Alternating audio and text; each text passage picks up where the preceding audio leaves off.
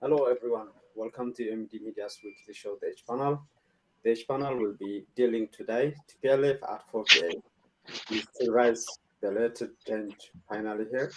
We'll be asking that question to today's panelists, and I'm happy to be joined today by Merce Kidan. He was here before as a panelist, and Meritaab Zarabruk was also here. Abraha Belai wasn't part of the panel before, but he was a guest of the media. So, welcome, gentlemen. And today we'll be talking about TPLF at 48. Is Tigray's belated change finally here? We'll be asking that question. But I will start with the first segment that is asking you what was the highlight for you for the past week. So, I will start with Mercier. Mercier, welcome. What was the highlight? What stood out for you over the past 7 days? All right, Getachew, I would like to thank you first for giving me the opportunity. I think last week saw many activities with regard to the politics in Tigray and Ethiopia. One of the main things that happened is the meeting that the senior leadership of Tigray People's Liberation Front held for 2 days last week, and they ended up with a press release distributed to the public.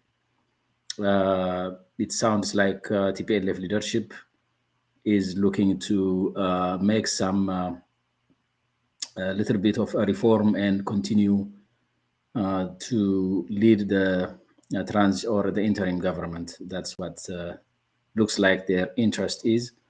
Whether it's possible or not would be another thing, but that's what looks like they are looking to do. The other incident was the visit by the negotiating team to Addis Ababa and with Abiy Ahmed, the Prime Minister of the Ethiopian Federal Government. Uh, so that the delegation held a meeting with him. It looks like they had some discussion about the interim government and some developments. Neither the TPLF meeting or the delegations meeting with Abiy was transparent. The public doesn't know what was held or what was discussed in those meetings. But the two were, I think, major incidents. Prior to that, the TPLF leadership and also the military leadership in Tigray had been in a long meeting for a number of days. The contents of that meeting, what transpired in that meeting, is not known to the public yet. But that was another interesting activity that happened last week and before. I think those are the things that that stood out for me. Thank you, Mercy. I think we'll be going deeper into this incident because they are very relevant for what we'll be asking on the main topic. Meratab, what was the highlight for you? Again, welcome. Thank you. Thank you, all the panelists as well. Uh, I don't know if you guys noticed today, there was a social media campaign giving recognition to our TDF fighters, TDF Appreciation Day, giving them respect and the love that they deserve. Uh, uh, uh, a lot of people participated. It was overwhelming turnout. I like it, and that was a big highlight. The conversation is still going on. People are talking about how to further help our TDF, especially the wounded ones who are in different places within Tigray. So that stood out for me for especially today. The other thing is in regards to accountability. I know there have been a lot of questions. Yesterday, the State Department gave a statement by the spokesperson Ned Price. He pointed out that the kind of the transitional justice process that is being proposed by the Ethiopian government is a welcome step. That was very concerning to me. I don't know how it didn't make it to the news, to the Tigrayan conversation, because a lot of people have been raising a concern that the accountability have been there is a push to avoid accountability through different mechanisms, and that was not a good sign for me that the American government is acknowledging the transitional government, transitional justice. We were all asking for the international human rights investigative body to have access into Tigray and make sure all things are investigated. I don't know if they can be worked side by side with the transitional justice mechanism that's proposed by Ethiopian government, but if it is replacing it, it is very concerning. And I think those two are the highlight for the week for me. Thank you. Thank you, Mirata, for that. Abraham, for our viewers, Abraham is a veteran journalist. He was very actively working on Ethio Media, a widely known media website, I would say online media, for a number of years. And it's a great pleasure to have him here as a panelist. Abraham, what was the highlight for you?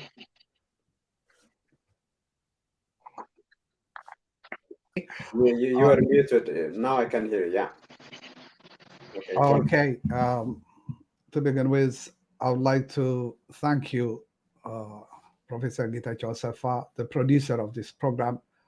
I would like to commend you, Emery, as having been doing a very great job as being the voice for the voiceless of the Tigray people by inviting very knowledgeable panelists over a long period of time and trying to persuade or make the international community understand the dismal situation in Tigray. Therefore, I'm honored to be one among my brothers whom I admire, Mercier and Maratab, as well as yourself. This is my first time to join you, and there is nothing more gratifying than to speak on behalf of the Tigray people who have been subjected to genocide over the course of 2 years. To begin with, the highlight of the week, in addition to the major points that my colleagues mentioned here, is that still Tigray remains besieged on the borders, that humanitarian aid and medication is still being blocked by the Amhara forces. For instance, from the southern Tigray, from Raya, there was a fight over the last 2-3 days on the border in Alamata, which is occupied, that whether to allow the truckloads of food aid to the hinterland, to Mekelle and all over the other places in Tigray. But there was a fight between the Amhara forces, the Fano against the Amhara special forces, whether to let the food aid get into Tigray or not, whether to tax the food aid that's being sent by the international community to feed the starving Tigray people. And in the meantime, the federal government was nowhere to be seen to tame these forces who have been blocking, who have been starving Tigray for a number of years. Therefore, that was the major highlight.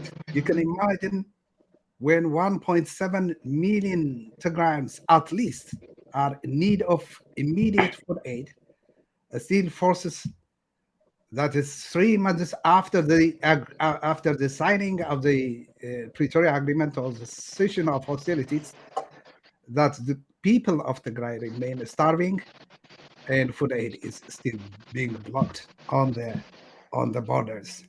And the other highlight, of course, partly mentioned by my colleagues, is that TPLF has, although it is vowing that it is changing for the good, but the very idea that it held a closed door meeting shows that it is still opposed to going transparent.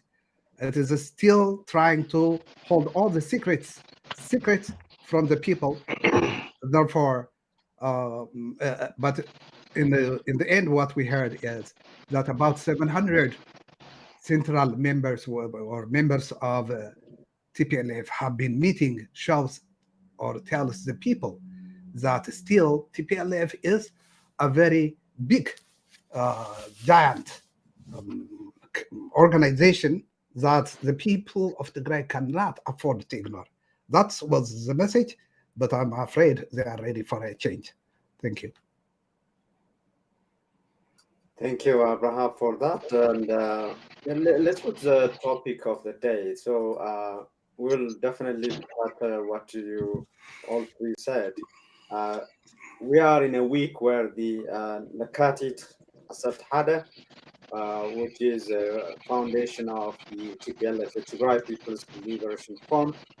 And this year, the TPLF is celebrating the 48th anniversary under the theme Lakatit 11 is the foundation of our perseverance and secured future. Lakat عصرت حدا مسألة صناعتنا وحسن زعينا. This is, I think, many people argue that Tigray is at a crossroads, and where it would be heading would depend on what would be unfolding in the coming days and weeks. So the first question to each one of you would be, maybe starting with Mercier. Today you were part of a group, your coalition, your solidarity for liberty and independence was part of 4 organizations that issued a press release. And one of the things that you were calling personally, you published an article on the Reporter in Ethiopia about the need for an interim government, and you were specific about what that government should look like and so on. But let's talk about what happened. If you briefly help understand our viewers what the press release was from the coalition, global coalition of Tigrayans, as that happens this afternoon. Merci. All right. Thank you, Getachew. So what happened today is a coalition of Tigrayan organizations and influential individuals called Tigrayan Global Coalition of the Tigrayans. That included the movement I lead, which is Solidarity of Tigrayans for Independence and Liberty, and also Sabhiri International Civic Organization, and Tigray Global Advocacy Group. The 3 of us and other influential individuals formed this global coalition. We prepared this press statement, but also we sent it to the political parties, the 3 nationalist political parties in Tigray, namely the Tigray Independence Party, the Third Revolution Party or Salsai Wayana Tigray, and also Baito Abai Tigray or Baito Congress for Greater Tigray. These 3 political parties, we sent this press release to them, and they endorsed it. So we called the media and gave this press release with the coalition as the core of the collection, but also the 3 political organizations were present in the press release, showing the endorsement and their solidarity with these statements. The content of the statement is that despite what the Pretoria Agreement has entailed, most of the contents of that agreement is not being implemented, as Abraha was explaining earlier. Majority of the people of Tigray is still occupied, or majority of the land of Tigray is still occupied by enemies. And most of the provisions that were promised that would be opened as a result of the agreement are still not reaching the people of Tigray, including basic services and humanitarian aid, medical supplies, and other stuff. So not much has changed for the people of Tigray, except that they are not hearing the shot of a gun. So what we are asking in this press release is for both parties who signed the agreement to commit to implementing the contents of the agreement. And we are saying that both of them are dragging their feet in implementing the agreement. From the TPLF side, one of the contents of the Pretoria Agreement is the formation of interim administration in Tigray and bringing about a political change in Tigray. So this press release calls for the immediate transfer of power from TPLF to the interim administration of Tigray. And we ask in that press release for that interim administration to be non-partisan and for the process to be inclusive. As we are seeing today, they are holding their meetings in a closed door. They are planning to continue to be secretive and make decisions in closed doors. We do not accept that. I do not think there is the ground for them to continue in the same manner. So we are demanding the immediate transfer of power from TPLF to an interim administration, and for the interim administration to be established with a transparent and inclusive process, and for the interim government to be non-partisan.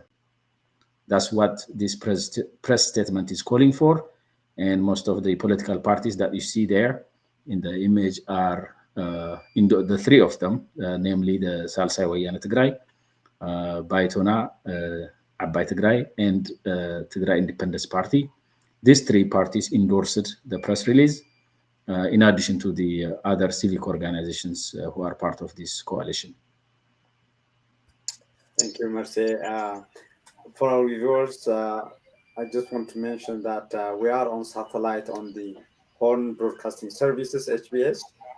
Those who would like to support what HBS is doing as a platform, as an umbrella of media organizations that broadcast to Tigray and the Horn of Africa in different languages, English, Amharic, Tigrinya, and maybe other languages to come as well. So this is a link that is pinned on our YouTube comment section. So you have the link there, so you can support HBS. It also works on education because, as you know, for the last 2.5 years, the Tigray children are out of school. HBS has been trying to do to support virtual education for children in Tigray. So supporting HBS is supporting this education as well to the children of Tigray. Meratab, TPLF at 48. So TPLF is celebrating its 48th anniversary, and we know there is a lot to talk about what happened over the past 2 years. And there are people who as well go back to the 30 years in power, including in at federal and in Tigray, and even go back to the 17 years as well. So what is your reading, the way this anniversary is being celebrated or commemorated versus what has happened to the people of Tigray over the past 2.5 years? What are you reading? Yeah, thank you. You're right. There are different opinions on what TPLF did or what TPLF is or was throughout the past years, and especially at this juncture, the TPLF is continuing to be what it has been for the last, since its inception. It's a secretive organization. Its decisions are always top down.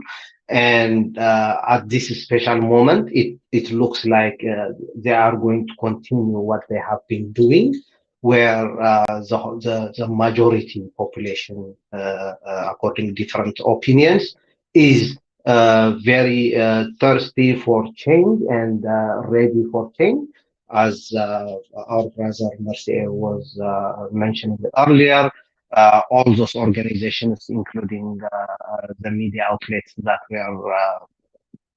were present there, through questions or opinions. This is what you get from the people.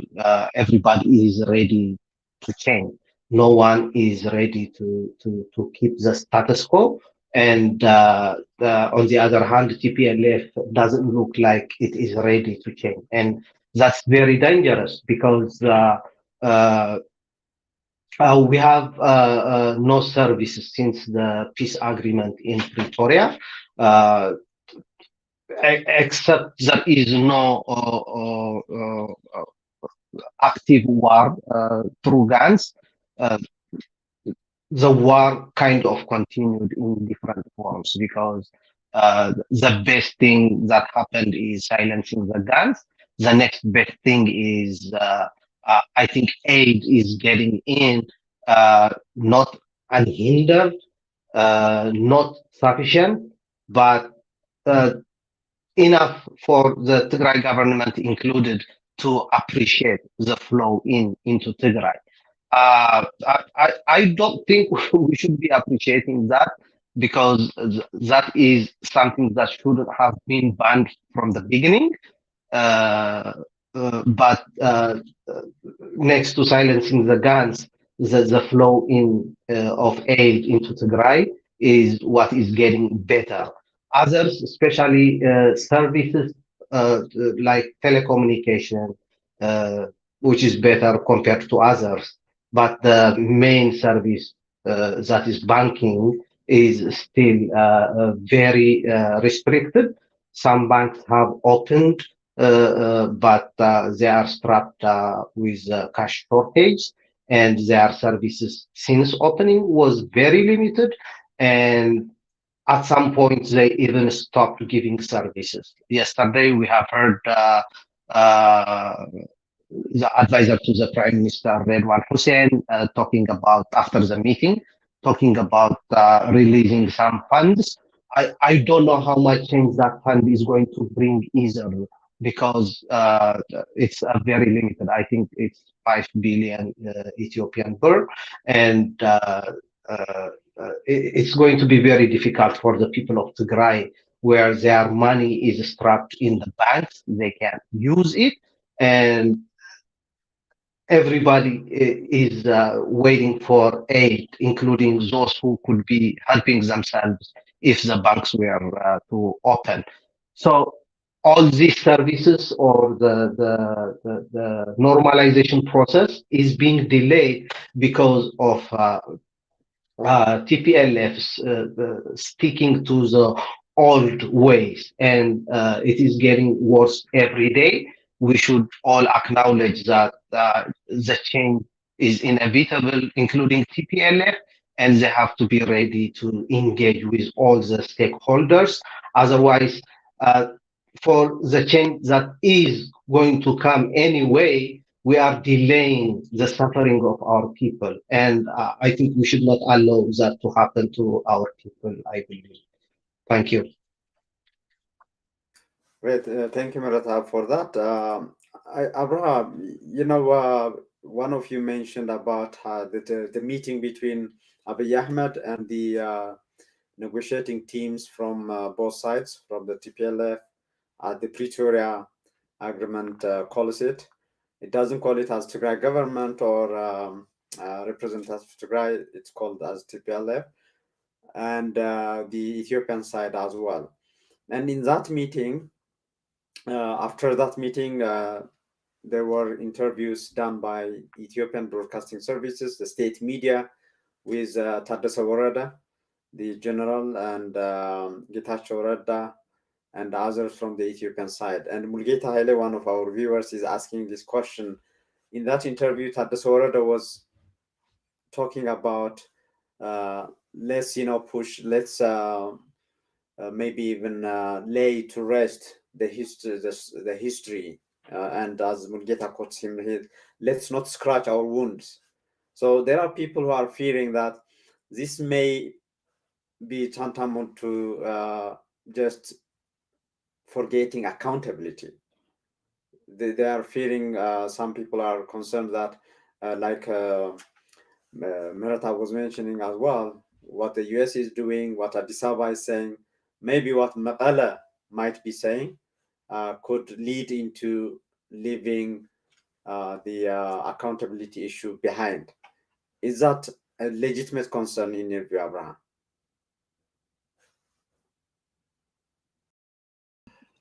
Thank you. Yes, it's a legitimate concern. I think we have seen signs that both sides are interested in exonerating themselves from the huge crimes that they have been committing over a long period of time.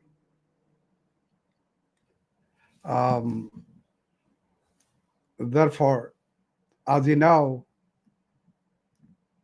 TPLF leaders are responsible. There are crimes that they should be held accountable for dragging the people of Tigray into genocide. They were bragging about that they were militarily prepared, but we witnessed the wholesale and all-out war, an all-out genocidal war that was aimed at exterminating the people of Tigray. And if we take the case of Syria, for instance, over a 10-year period of Syrian war, about 300,000 civilians were killed. But Tigray, with less population, about 7 to 10, estimated 10 million people, Tigray lost over 1 million people in a span of 2 years. No one should escape from the wrath of justice. Therefore, the Abiy Ahmed government, the federal government officials, have been widely accused of war crimes, crimes against humanity, ethnic cleansing, you name it, and genocide, including by even a number one witness, the Haavisto from the European Union, or a foreign minister of Finland, who said he has personally heard Ethiopian leaders vowing to exterminate the people of Tigray. This is a huge accusation. They know, Prime Minister Abiy Ahmed and his colleagues know that there are pending genocidal charges against them. TPLF officials, from inception over the course of 50 years, who used our people, the Tigray people, as indispensables, as dispensable, like materials that you can throw off. They have been responsible for the entire destruction, days and destruction of the Tigray people. Therefore, both sides have been showing signs, hey, let's come closer together. Let bygones be bygones. Let's forget about the past and start life anew. And this is like running away from justice. So whatever they do, even in the course of war, they were sending in, Abiy Ahmed and his foreign sponsors were sending in some limited food and medication to the leadership of Tigray in such a way that we don't want to starve the leadership, but we want to starve the people. Finally, in the end, we, the two of us, should come together. Otherwise, we'll perish together. It looks like both of them are coming together. And what General Tadesse Warede said is, let's not scratch the old wounds. Let's forget about the past and start like new, like nothing happened. But we know the Tigray people have borne the brunt of a 2 year devastation, a 2 year old genocide, and still our people are paying the price. Thank you. Thank you, Abraham. I just want to mention that yesterday, a very known and well grounded institute for genocide prevention, the Lemkin Institute for Genocide Prevention, had a press release, a statement. And Lemkin, as you know, is the person who advocated for bringing criminals of genocide before even the word genocide was known. And he helped the adoption of the UN Convention on Genocide Prevention in 1946. So the Armenian genocide, as you know, was committed way before this convention came into effect. So this institute, named after him, Lemkin Institute for Genocide Prevention, issued a statement yesterday where it said it supports an international investigation of Abiy Ahmed's crimes in Ethiopia. And here it says, the fact pattern strongly suggests that, among other crimes, the Ethiopian government forces may have committed genocide against the people of Tigray. It's a very detailed account and statement, and mentioning the same what Abraha was referring in terms of Finnish Foreign Minister Pekka Haavisto, which was at that time the special envoy of the European Union for the Horn of Africa. So these are important developments to follow.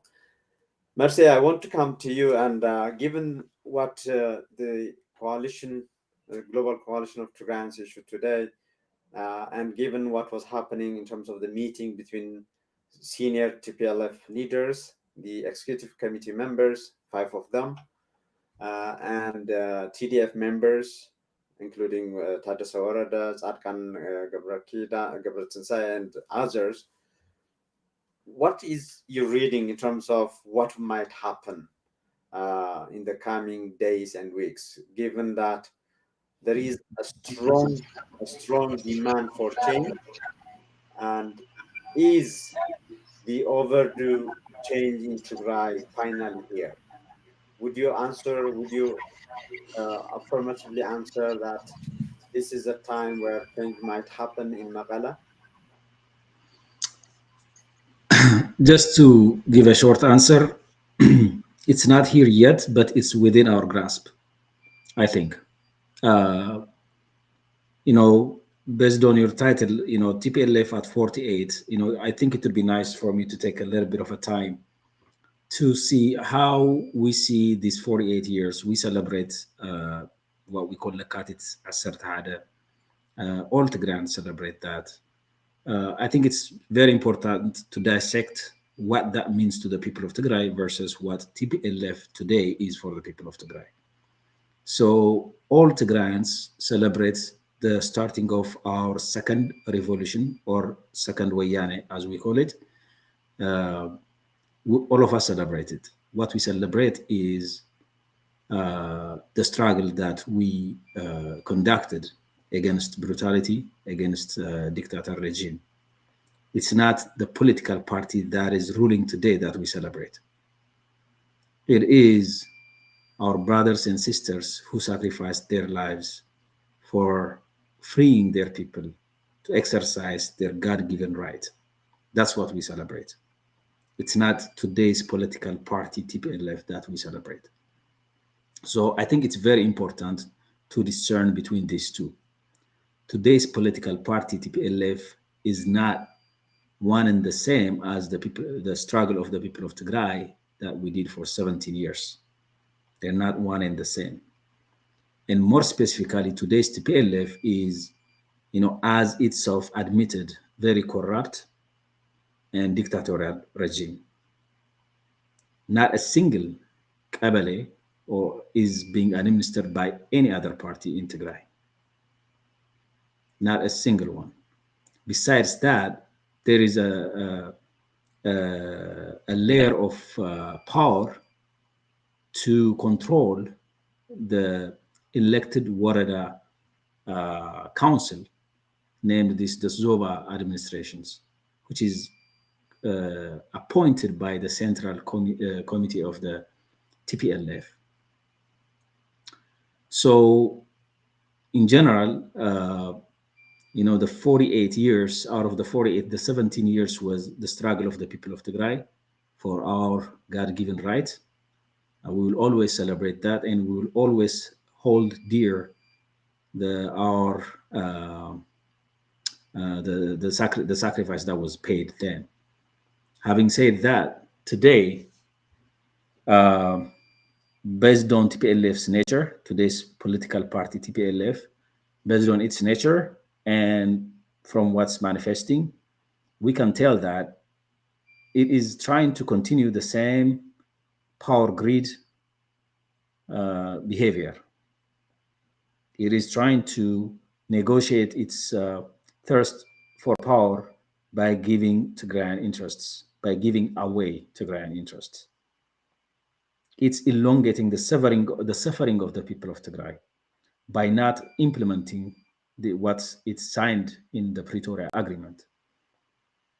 So still, we demand the immediate transfer of power from TPLF to an interim administration. And that interim administration should be free from any political parties' patronage. So they will try to do that. But one thing I also know is that we have leaders within TPLF and also in the military that are standing with the people and are saying enough. I think all of us, we have to stand with them. All Tigrayans have to stand with them and demand for change. So I do not believe that desire for TPLF to continue the status quo, to maintain power by sacrificing anything, by giving away Tigrayan interests, I don't think this time that will succeed. That's why I say that belated change is not here yet, but it's within our grasp. So it's up to every Tigrayan to make it happen. This is the time. Every Tigrayan should say, we need change and we should act on it. And as we put it in our press statement, if the TPLF tries to continue in the same manner in the near future, we will be calling peace rallies and other mechanisms, peaceful mechanisms, to force it to transfer power to an interim administration. Thank you. Thank you, Mercy, for that. For our viewers, what you see on the screen is the currently active TPLF Politburo members or executive committee members. And out of what you see on the picture, Asmalla Selassie, he was killed January 13, 2021, according to the reports that was issued at that time by the federal government, Ethiopian government. And Abdisalam Balema, he is still in jail. Abraham Takasta, doctor, PhD, he is also in jail. And Kiria Ibrahim is also in prison still. So what we have active is Debretsion Gabra Mikhail, who is the chair of TPLF, Patlor Gabra Xavier, who is the deputy chair of the TPLF, Alam Gabra Wahed, member of the EC, and Getachew Radda, he is also a member of the EC. So we are talking about the top 5 leaders who are active, and of course Getachew Asafa, who is the head of the Federal Intelligence Service in Ethiopia, is also part of the EC that's currently active. And on top of that, or under that, another layer is the Central Committee members.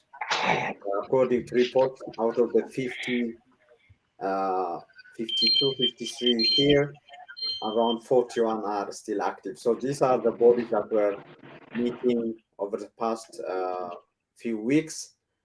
And the recent meeting is around 700 of the high leadership of the TPLF. So we are talking about that. Meratab, on this press release from the TPLF high leadership, the 700 from, there was a mention, a repeated mention of how the TPLF has been flexible and adapting to situations and to, if I can use the word, resilient as well.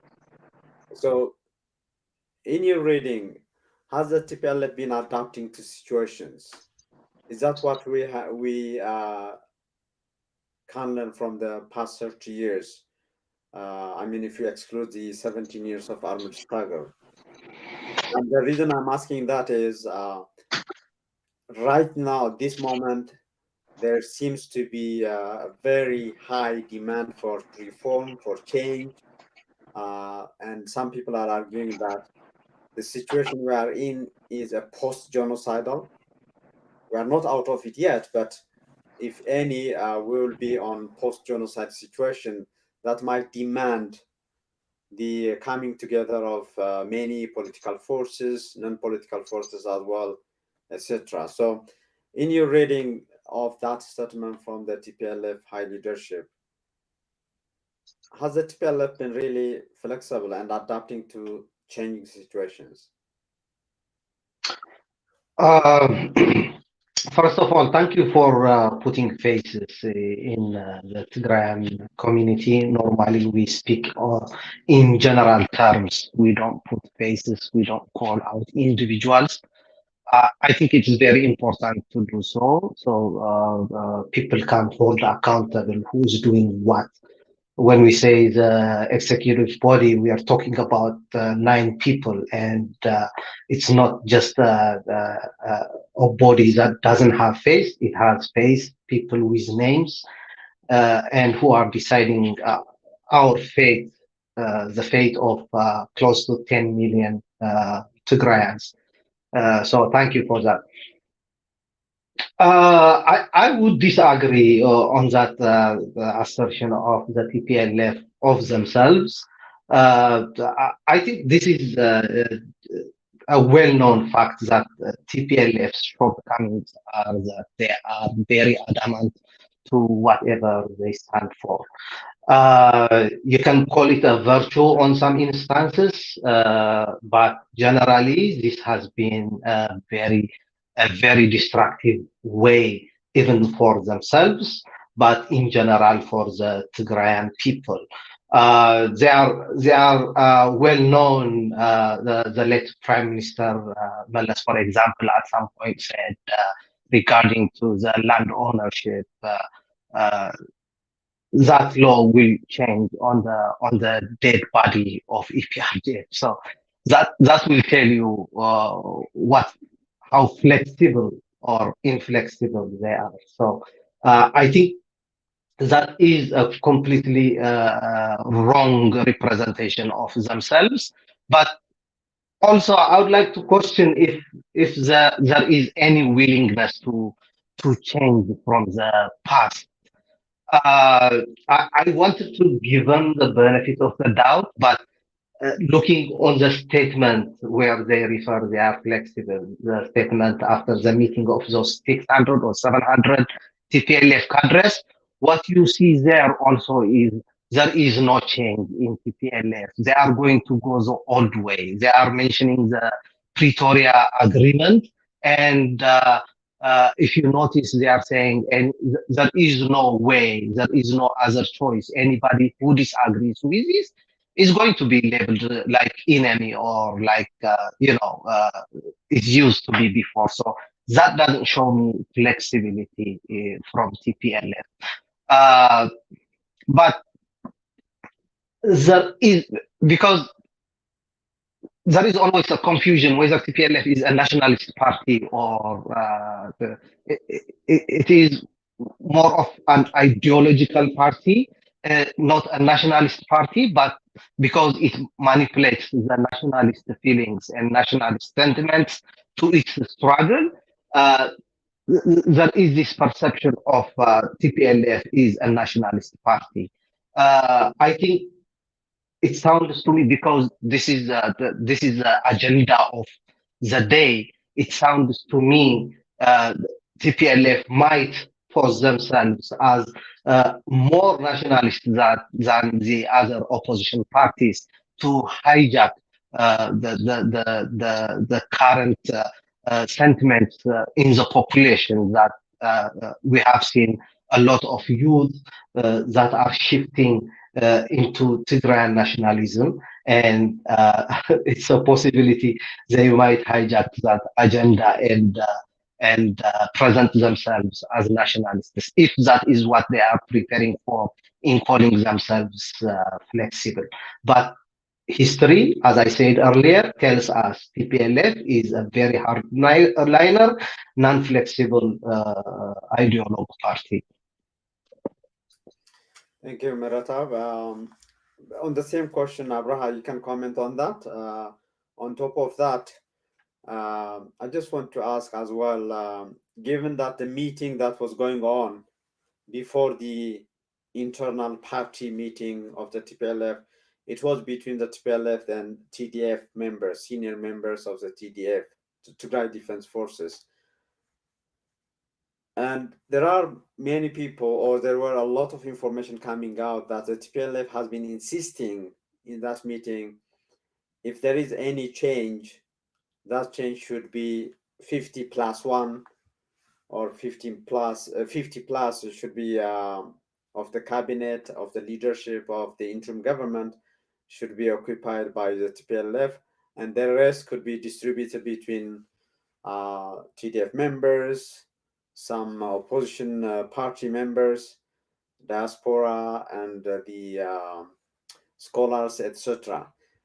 We have tried to confirm that with the TPLF leaders, and we didn't get confirmation, but there is, I would say, something that could be trusted in terms of there is a push by the TPLF for taking the majority of cabinet members, etc. So do you see any hope that the TDF and others in that meeting would successfully convince or push the TPLF to give way for a different leadership until maybe the next election, according to the Pretoria Agreement?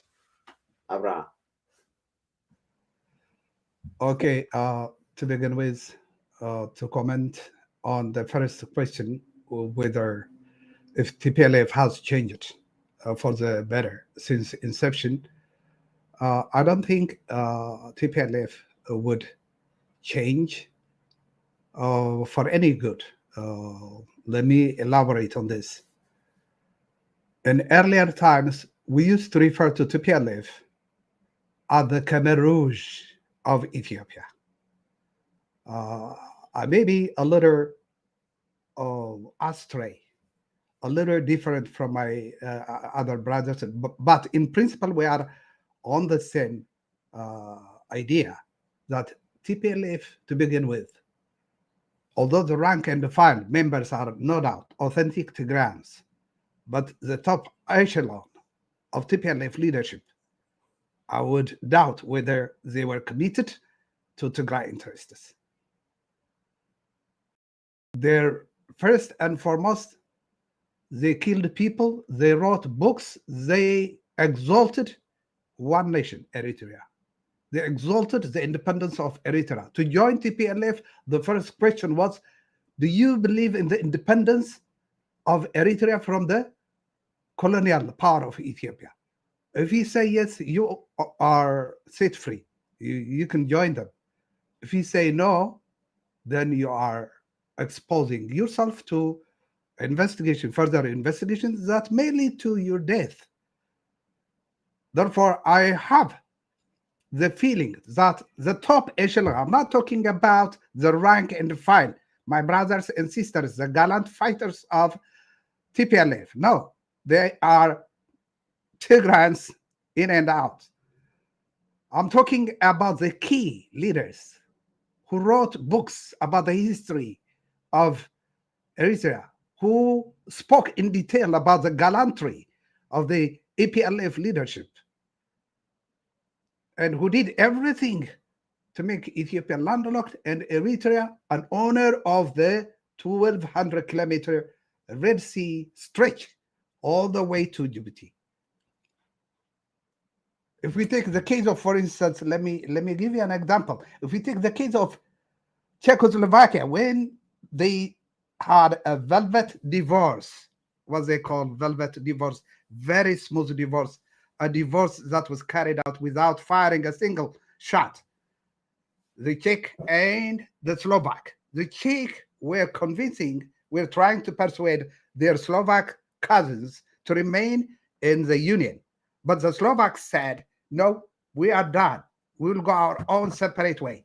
And the Czechs asked the Slovaks that they would take every responsibility from day one, including the currency. And the Slovaks say, yes, we will cover all our problems by ourselves from day one of we declare our independence.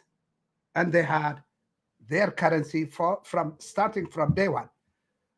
But TPLF leadership granted Eritrea 7 years of access to Ethiopian resources, to Ethiopian banks. Come on. This instrument, this TPLF leadership did everything, as Sepat Nega said.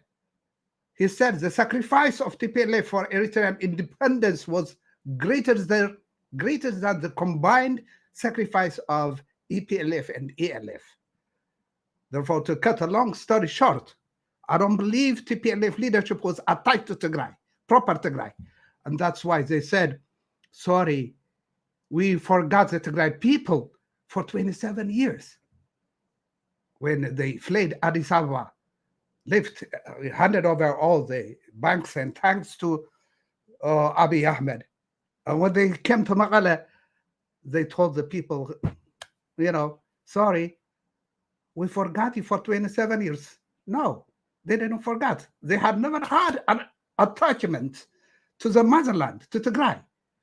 These were simply opportunistic class, a mercenary class. They fought for Eritrea. When they come to Tigray, that qualifies them as a mercenary who has no emotional attachment to proper Tigray. If we roll it fast forward, then let's come to the 2 years after operation, the successful, the victorious Alola operation. What did they do?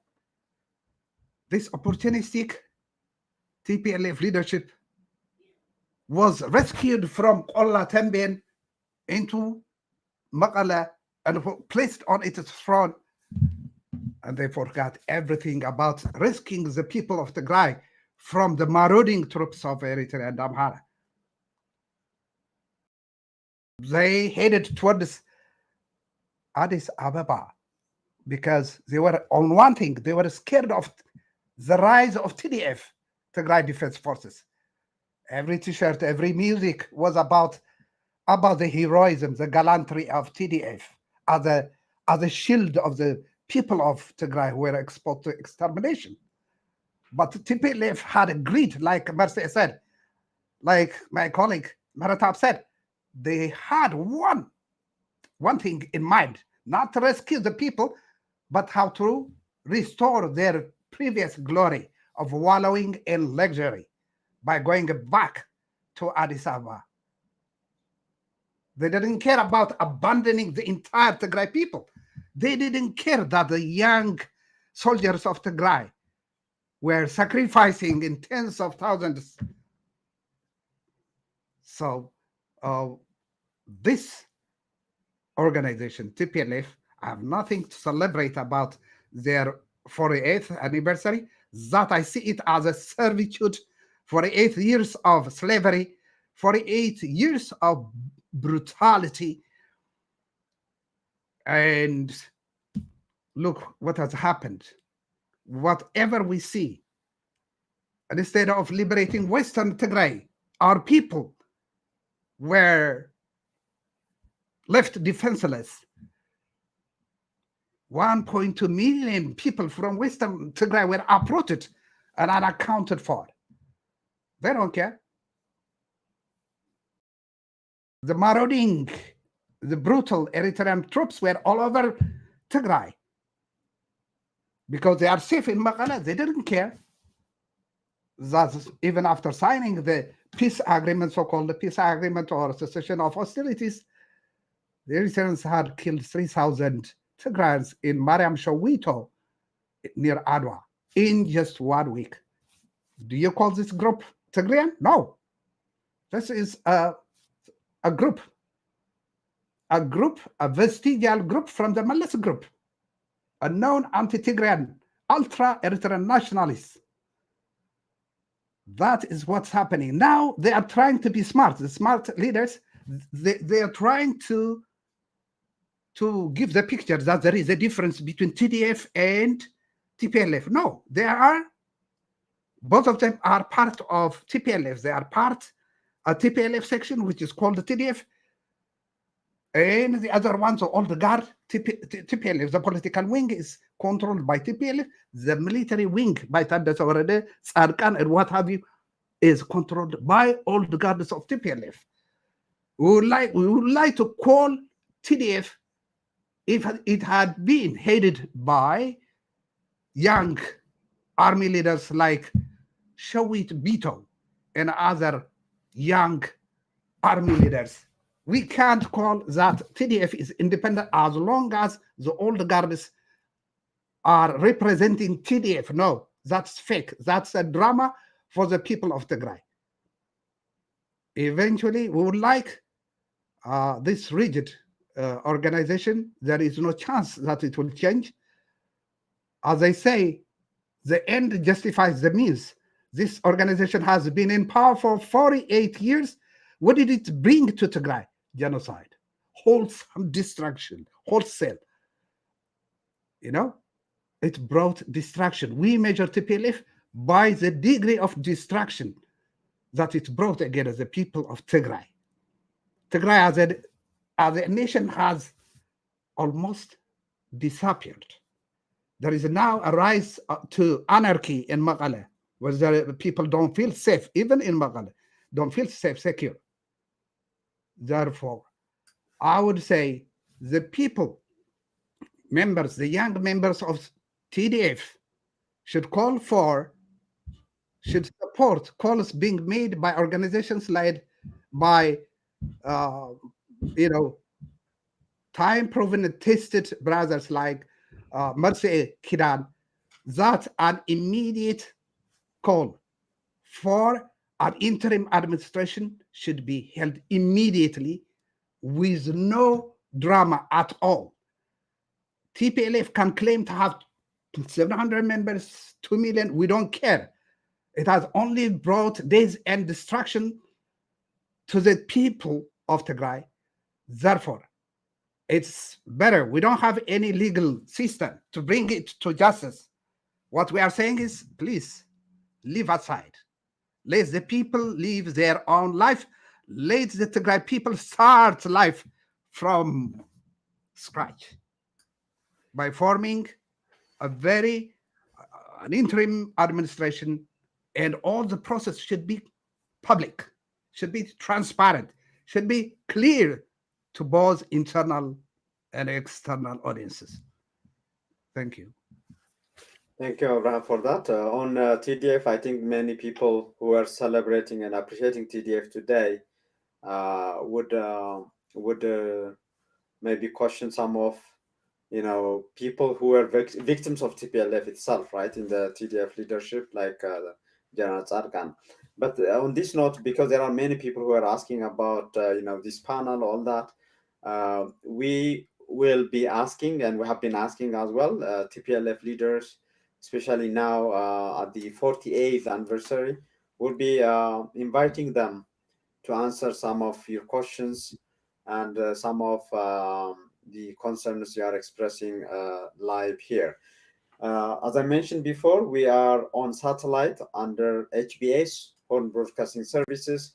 Those who would like to support the virtual education for children of Tigray under HBS, and for the medias, including MD Media, that are on satellite under HBS, please go to the link that we pinned on our YouTube comment section. And if you go to this website as well, that is pinned there, you would have a GoFundMe option, PayPal, and Instagram fundraiser as well. Gentlemen, we are at the final segment of the H panel. So the final segment is on your final thoughts. So I'll start again with Mercier. Final thoughts, parting thoughts before we sign off today. Thank you, Getachew, and my fellow H panelists, Abraha and Mehratab.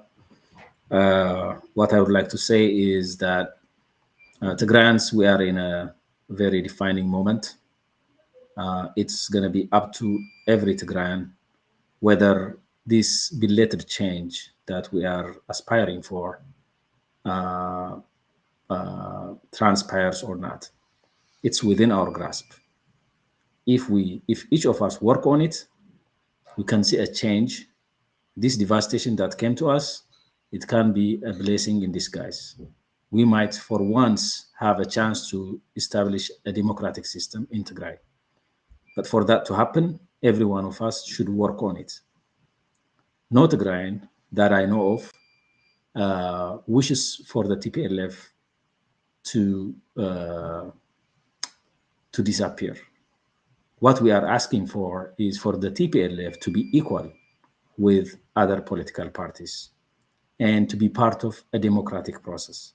Therefore, I call every Tigrayan to work for the creation of a non-partisan interim government, and for the process of the creation of that interim government to be transparent and inclusive.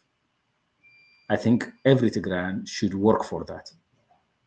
And it is only good for all of us. This includes those who are members of the TPLF, those true Tigrayans who really care about their people.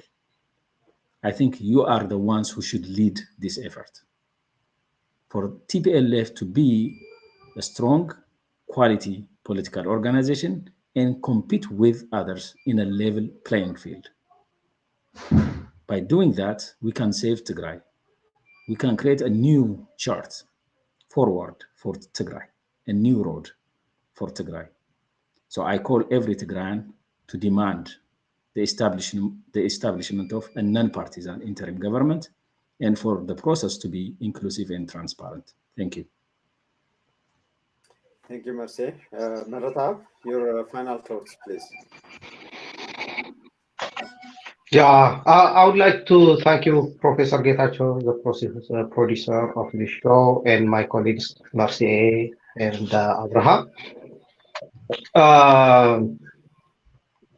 As Marcier said, we are in a very defining moment for Tigray. We can use this opportunity to democratize and soar from whatever atrocities we have been facing the past 3 years or the past 30 years. We can bring a change, but we have all to be ready. And the ball is on the field of TPLF right now. And it's not only for our future. This process is also hurting a lot of people because there are conditions according to the agreement of the Pretoria. This transitional government looks like was given to TPLF and to bring an all representing body to Abiy, where if Abiy confirmed, he's gonna release budget, he's gonna make sure our territorial integrity is respected and release the political prisoners, including the soldiers, and also lift the terrorist designation of TPLF. So without having that agreement, these things are not going to happen, as some sources are mentioning this. So by delaying this, we are also delaying the suffering of our people. We are extending the suffering of our people. We can make this expeditiously, we can make this democratically, and it should be very inclusive. And I know some people want TPLF to disappear, like TPLF is wanting to have hegemony on the process. I think both things are impossible at this point. TPLF should be a stakeholder, but a stakeholder, not a dominant force in the process. The process matters. Everybody should be included in the process as equals. This is my final thoughts, and thank you again, Professor Getachew and my friends here. Thank you, Maratab. Abraham, your final thoughts is yours today. Oh, final thoughts. I wish I was as optimistic as Mercy and Mahratab. You know, they are fair-minded. I really admire, but I don't know what's wrong with me. I don't see any optimism from the side of TPLF. Like 20 years ago, some writers even quote me because I concluded TPLF cannot be reformed. Like apartheid, it should be dismantled. This was over 20 years ago. I wish I was wrong, but every time no one has proven me wrong. My expectation at this time is yes, Tigray is at a defining moment. We are at the crossroads. We are either for destruction, there's a destruction like we have been dragged to in the over the last 2 years, or we are going to witness a durable, lasting peace, which entails prosperity. My hope is pinned not on TPLF but on the young generation, which represent over 70% of the Tigray people. Members, especially the young members who have been members of TDF, should be ready for the eventuality, to make an interim administration a reality, a non-partisan, an interim administration where TPLF cannot play even a dominant role by 1%, you know, because we cannot exclude the good individuals within that organization. They may play a positive role, I hope. But from what we know from the long standing culture of TPLF, we know TPLF is going to pull out the sword and act like it is, I am the dominant force. No one can snatch power from me.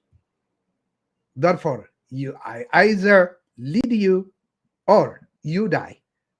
That is my advice to the young generation, that they have to be ready because TPLF had this surprise. They may have a surprise thing in the store for anyone that is trying to call for a change of administration. They want to continue that way. But I would like to remind once again the young people, the young generation of Tigray, that they have the responsibility to snatch or take in a positive way, to take power from the grips of TPLF and try to rescue the Tigray people. Thank you very much. Great. Thank you, Abraham. Thank you, gentlemen. That was H panel for today. And like I mentioned, we have been online live, but we are also on satellite under the HBS Horn Broadcasting Services. That's an umbrella of media organizations and virtual education for children of Tigray. So if you want to support in whatever you can, please go to the link that is pinned at the top of the comment section of the YouTube channel. And I'm grateful for our panelists today. I hope our viewers got the perspective the insight in terms of TPLF at 48.